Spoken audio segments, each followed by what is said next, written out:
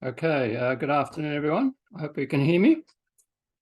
Please wave if you can hear me. Anyone? Yes. All right, good. All right, thank you for coming. I'll just share now. Where are I? Share when we'll begin.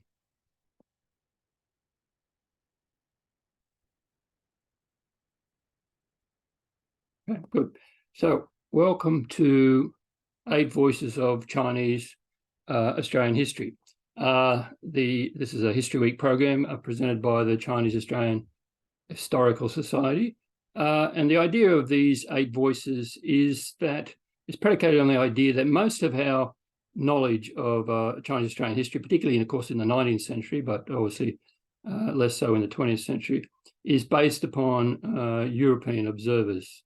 So in particular, of course, people who are prejudiced, people who are at best patronising, and usually fairly ignorant of the people they're observing. So we have to read between the lines, and it's of course quite difficult to get a complete picture of what's going on. So the voices of Chinese Australians themselves is relatively rare, but of course, again, increasing as the 20th century goes. And so what I'm doing here is presenting just 8 sample voices, by no means definitive, but designed to give us a glimpse into various aspects of this history as it progresses from the mid-19th century through to near contemporary times. So we'll begin then with 1850. So we go back relatively deep into the 19th century. By no means the first Chinese Australians, of course. There were plenty of people before that date. But this is the beginning of relatively large numbers of people coming into Australia with the Amoy shepherds of the after 1848. And as I say, nominally, this is the first distinctive voice as opposed to just random names or signatures on various documents. Oops. Okay.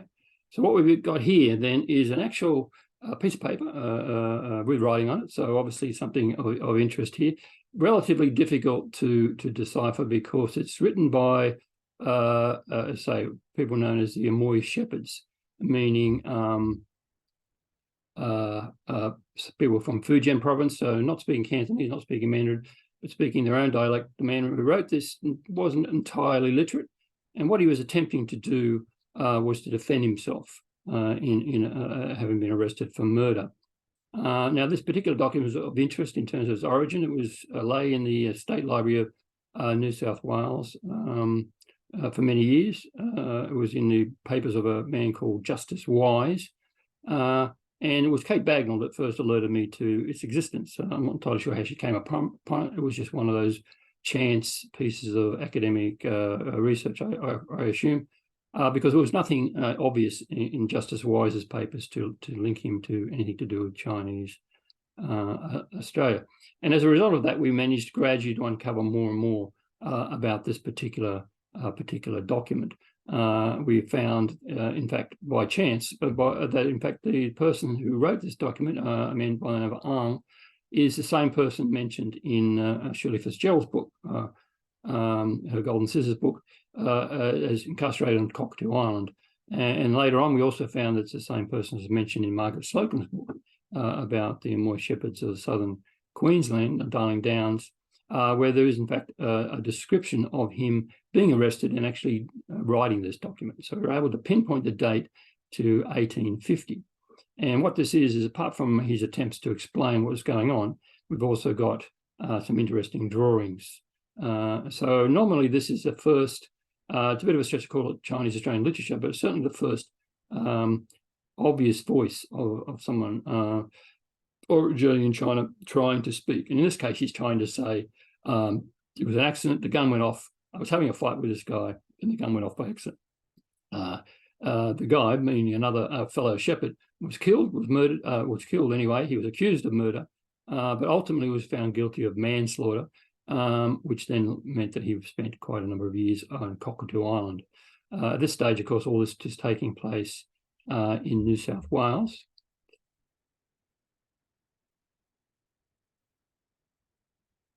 I'm just some other people are still entered the waiting room now, just to kind of make sure they got in. I'm not too sure if they all have not. I assume they have.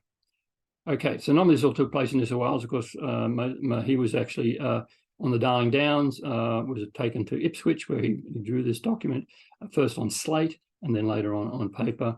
Then he was tried in Brisbane and eventually ended up in Cockatoo Island, and the records are in the State Archives of New South Wales.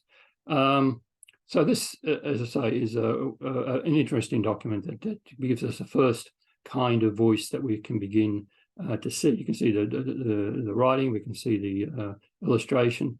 It doesn't tell us a great deal, but it is an effort, and we don't know what happened to Ang. Like many of the Amoy shepherds, we think he probably stayed in Australia. Many of them intermarried. Later generations changed their names, and so there's quite a number of people who are, in fact, descended of these so-called Amoy shepherds. But their history and their details aren't very well known, except for the occasional few that did make a substantial amount of money and had a bit more of a record. So we don't know what happened to Ang, for example, after he left Cockatoo Island. Now, our next voice is a very interesting one. It jumps over the Gold Rush period, so I'm not going to deal with anything. But there are, of course, voices from the Gold Rush period, but this is an interesting one, a more political one that comes just after the main Gold Rush period in 1879. And by this point, there have been Chinese in Australia for many, many years. There's been, of course, controversies and discrimination, various acts and attempts to reduce immigration, hostility, and so forth, as well as, of course, intermarriage and people settling down and moving beyond goldfields and into other things. And what you've got here then is a kind of second wave where people are beginning to, again, be hostile to a Chinese presence in Australia, but this time more to do with working politics, working class politics, and a gradual rise in unionism. In 1879, there's a particular dispute involving who should be working on shipping, who should be acting as sailors on ships, particularly coastal shipping up and down the coast of Australia or back to China. And there's an effort to discriminate. This is the beginning of a periods of discrimination that ultimately leads to a renewal of poll taxes and other forms of discrimination in the latter half of the 19th century. And so what happens is three merchants, including Lo Kong Men, write this very interesting book or pamphlet called The Chinese Question in Australia. Now, Lo Kong Men and the other authors of this book are not gold mining people as such. They're people who have come to Australia before the gold rush. They were merchants. They made plenty of money. They certainly made money involved with bringing people in for the gold rush or providing remittance services and other services to the Chinese community. But they themselves are wealthy merchants who have settled in Australia, settled in Victoria in particular, and consider themselves to be Victorian residents and citizens or subjects of the British Empire. So they pitched this question, this political question about treatment of Chinese people in terms of kind of feeding back British ideals to themselves. So it's quite an interesting booklet, well worth reading. They run over quite a number of political justifications and, of course, try to meet some of the stereotypes that have been aimed at the Chinese community. So it's a very interesting voice. Just to give you a bit of a clue what they're trying to talk about, they say things like, surely justice is justice, right is right, and fair play is fair play all over the world. So they're basically accusing non-Chinese Australians of being hypocritical. It's an argument that the arguments in this book would resonate with us today, but at the time they probably didn't get anywhere near as far as they thought. I mean, there were people who would have agreed with what they were saying, but by and large, given the politics of racial unionism at the time and other aspects of the situation, these kind of arguments didn't run very far and certainly didn't have much practical impact. In fact, the discrimination increases over time.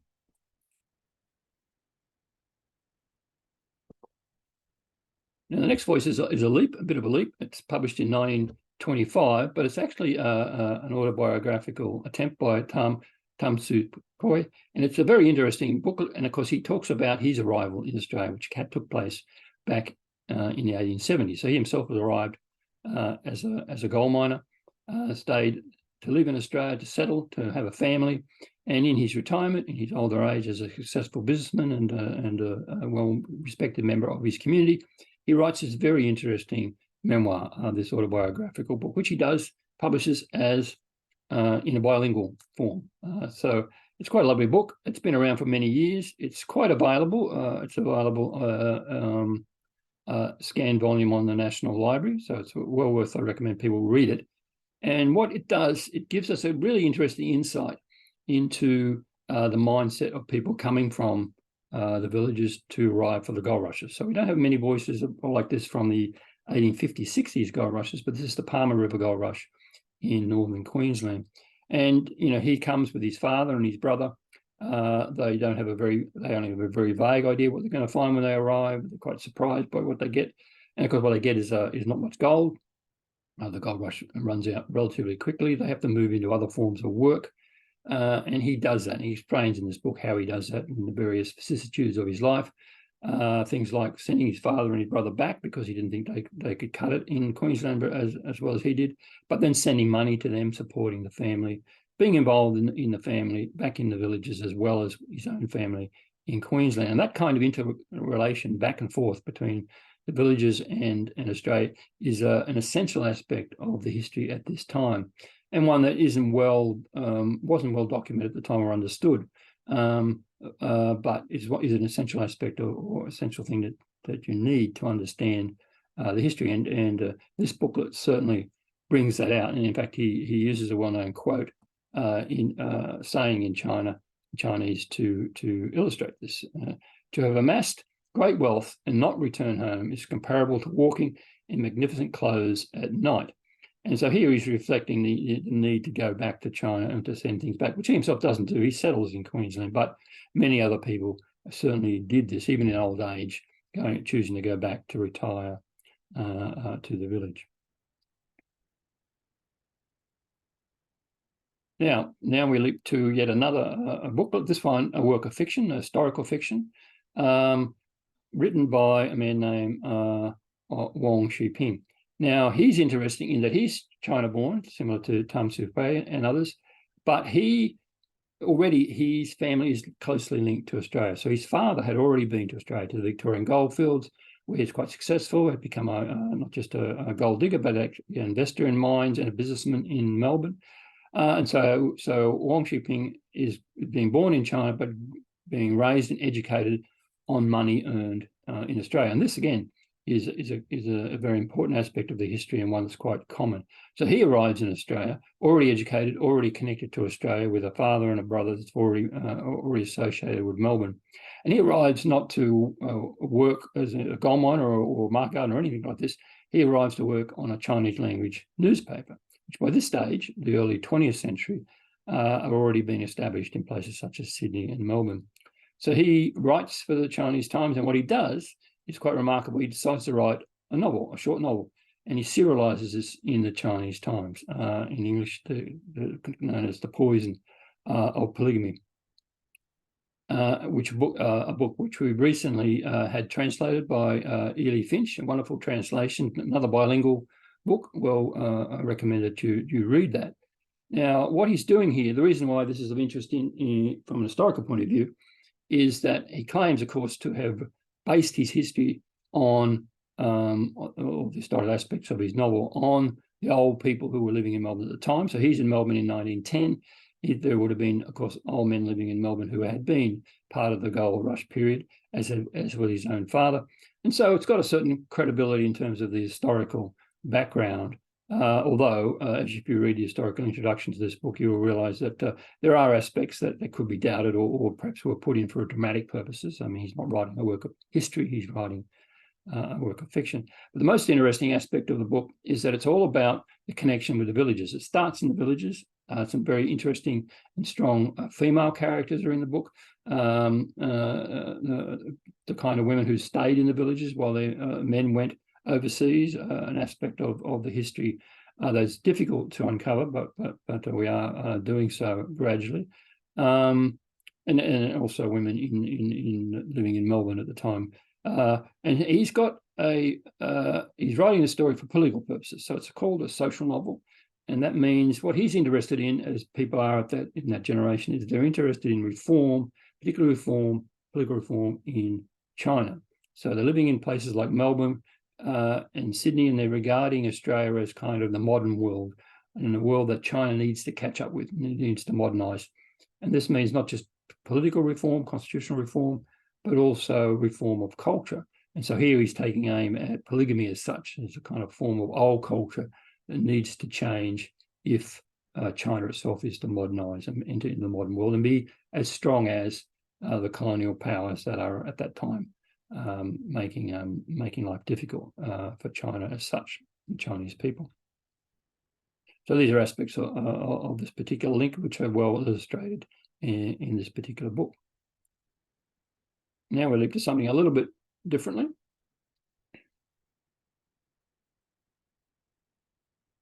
Obviously, the connection between Australia and China at this point is by sea.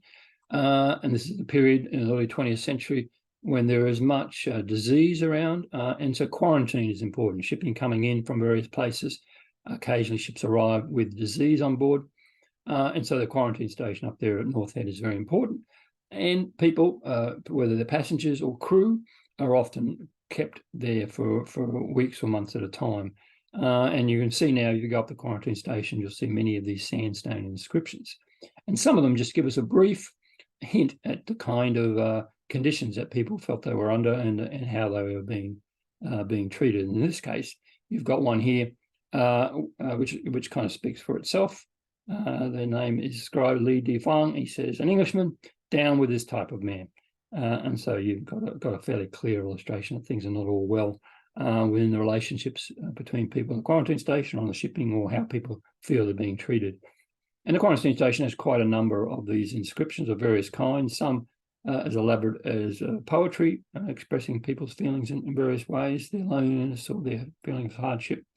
Others are more prosaic, simply names, the kinds of things, dates. St. Albans, for example, was the boat that very commonly travelled between Australia and Asia, Hong Kong, and up to Japan. Again, these are just illustrative glimpses into people's lives.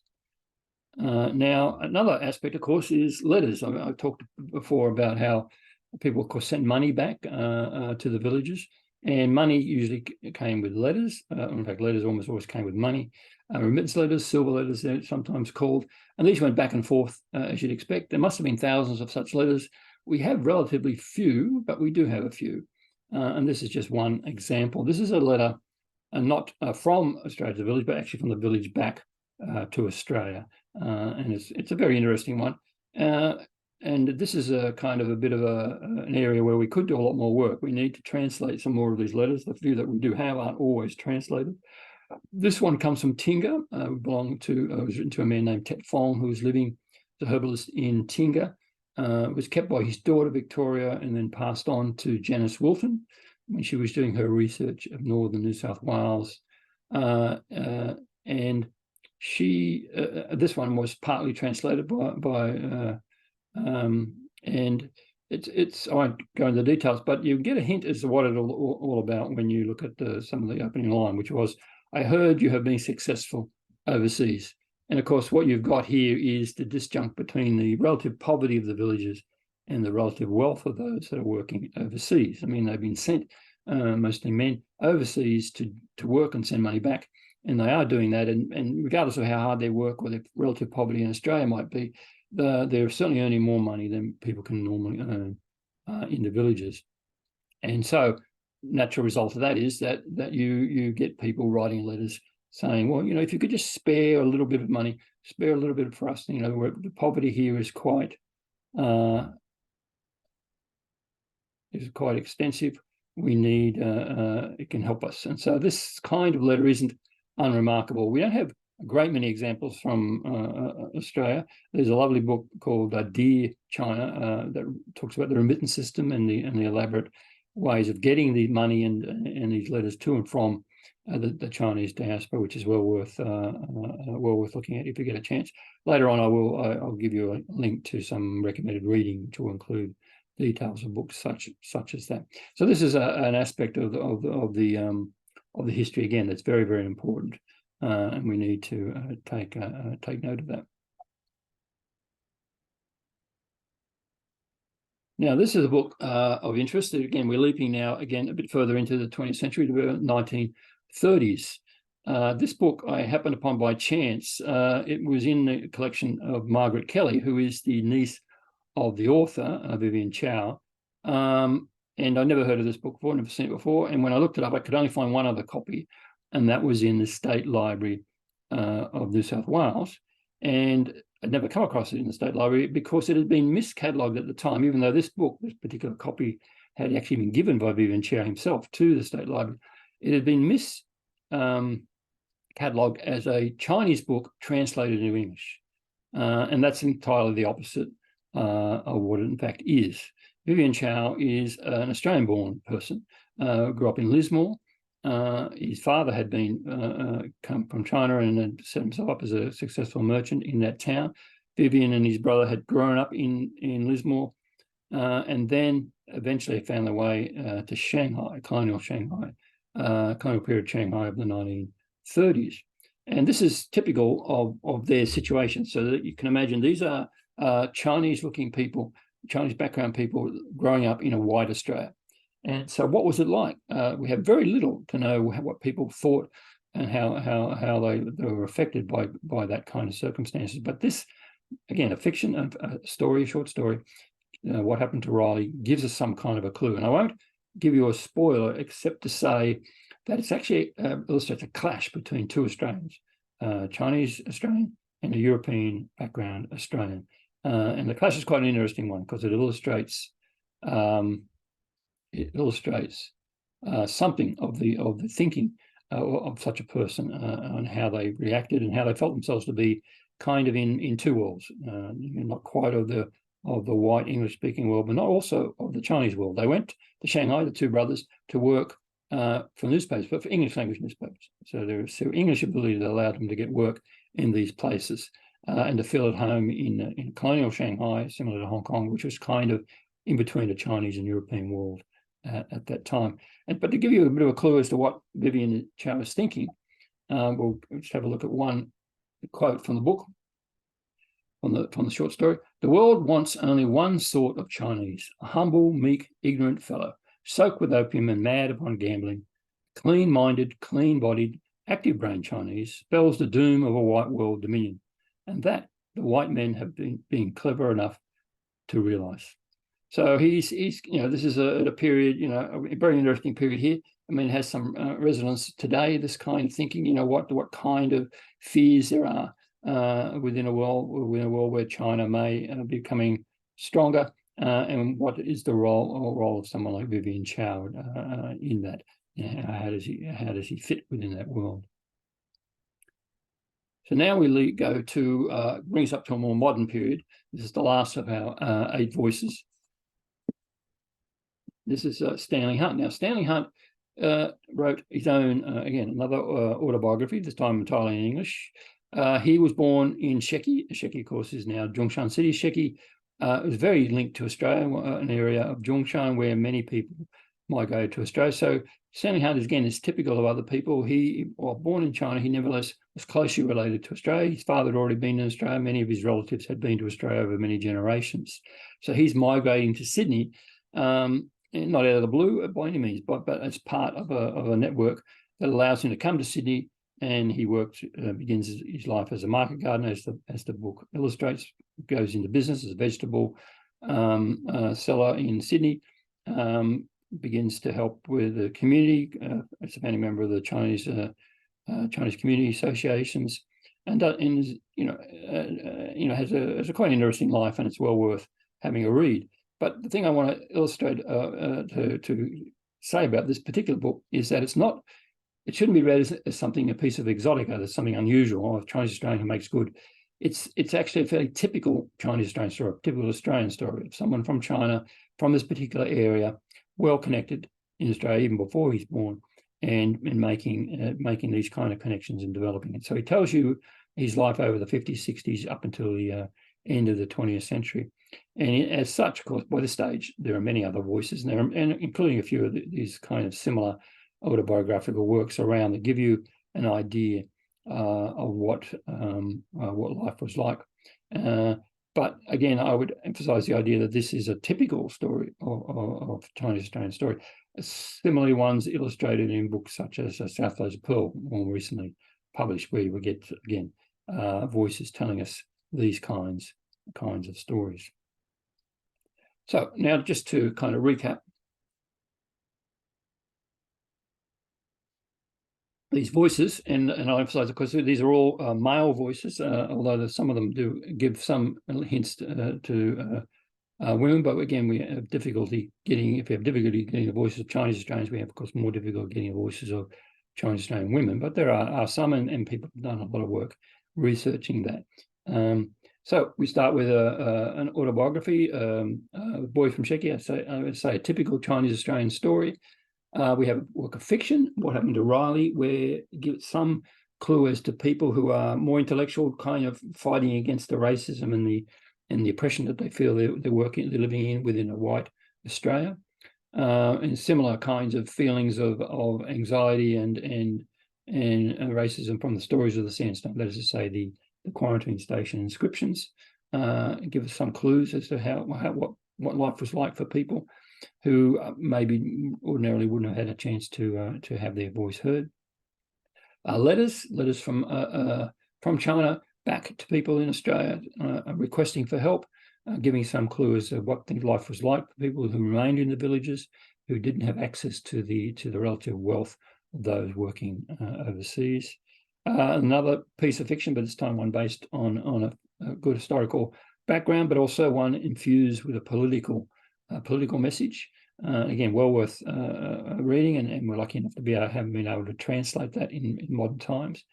Finally, another piece of autobiography, a very early piece, quite remarkable, and again one that gives us a clear illustration of what life was like for someone coming from trying to arrive in Australia and to struggle through things from the gold rush through to trying to establish businesses in Queensland, being wiped out by cyclones and various other vicissitudes, but ultimately establishing a family, and of course his descendants continue to live in Australia today.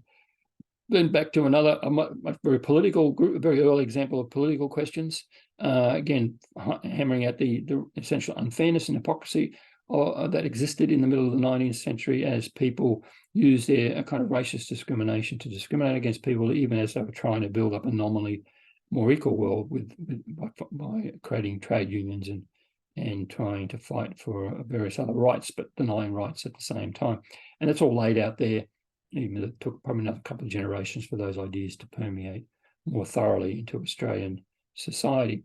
And finally, we got the one we began with, how a case for the defence, an effort on a Amoy shepherd to illustrate to people who found himself arrested, found himself on trial for murder, and trying to defend himself in a way, a mixture of his basic Chinese and his ability to draw. Although I didn't mention that, because he did go to trial, there was a translator, interpreter for his trial, and he was presumably able to then articulate what he needed to do.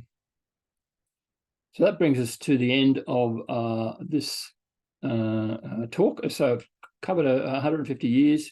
There's, of course, plenty of gaps there, plenty of other voices that we could talk about. I mentioned the Chinese language newspapers. Naturally, there's a lot of material in there, and a lot of it hasn't been translated yet or hasn't been thoroughly looked at to tell us more about what people were saying and thinking. Letters, there are letters around that haven't been translated. And of course, in the later 20th century, there's a lot more voices, more oral history to be done. But we've got some glimpses even from as far back as the 1850s. And just if you want to look at more, if you scan on this QR code, it'll take you to a downloadable PDF that talks about each of these voices. It also gives a list of recommended readings that if people want to learn a bit more or are interested in following up. For example, the What Happened to Riley is available for reading in PDF form. As I said, the autobiography of Tamsin Way. I can also tell you where to find Poison Polygamy or other books as you might find of interest. Okay, so I'll just finish here. And if anybody has any questions, I can look at the chat. Where is the chat? anyone has any questions, I'd like to please write them in the chat. I think I won't open up the voice things. No, I've got no questions there. If anyone wants to ask a question, perhaps you could put up a hand. I could maybe unmute you. I don't want to do how are we going? Anyone? Nope, I can't see any hands raised. Most people have got themselves on no voices. All right then. Well, thank you very much for your attention, and we'll finish it there. Okay, and I'll see you again. Bye-bye.